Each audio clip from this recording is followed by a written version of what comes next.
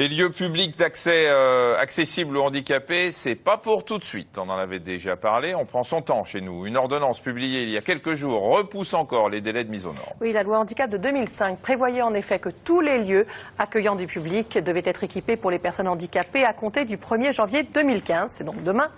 Mais compte tenu du retard accumulé, il faudra encore attendre entre 3 et 9 ans. Un retour en arrière qui suscite, on l'imagine bien, la colère des associations. Pour en parler, on va accueillir Nicolas Méry, qui est conseiller national accessibilité à l'Association des paralysés de France. Bonjour. Bonjour.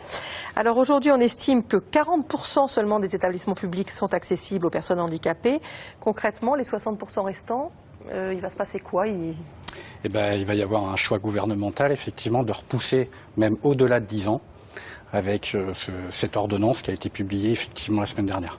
Donc vous vous doutez bien que nous sommes littéralement furieux et écœurés de ce choix-là.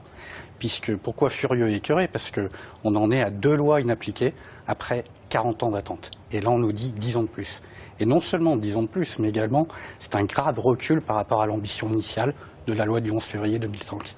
Et c'est quoi les arguments opposés qui font qu'on va reculer sans arrêt? Tout simplement pour des motifs économiques, alors que la loi du 11 février 2005 prévoyait déjà 3 motifs de dérogation, notamment pour le motif économique. Donc la loi, elle était équilibrée. Mais les différents gouvernements, si vous voulez, n'ont pas mis en place une véritable politique publique. Pas de communication, cette loi a été véritablement invisible.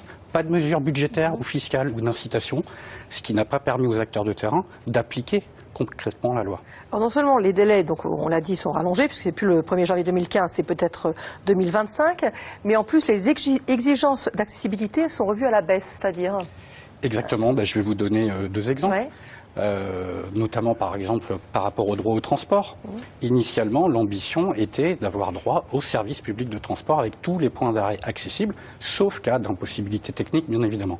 Dorénavant, ce ne seront que quelques points d'arrêt qui seront rendus accessibles. Donc concrètement parlant, auparavant, sur une ligne de bus, on aurait pu avoir tous les arrêts de bus accessibles. Ouais. Dorénavant, on en aura peut-être que la moitié, voire le tiers. D'accord, la norme change de clan, quoi. Voilà, complètement. Et puis vous avez parlé, là je parle des ERP, enfin des établissements recevant du public, vous avez fait un reportage sur le cancer du sein.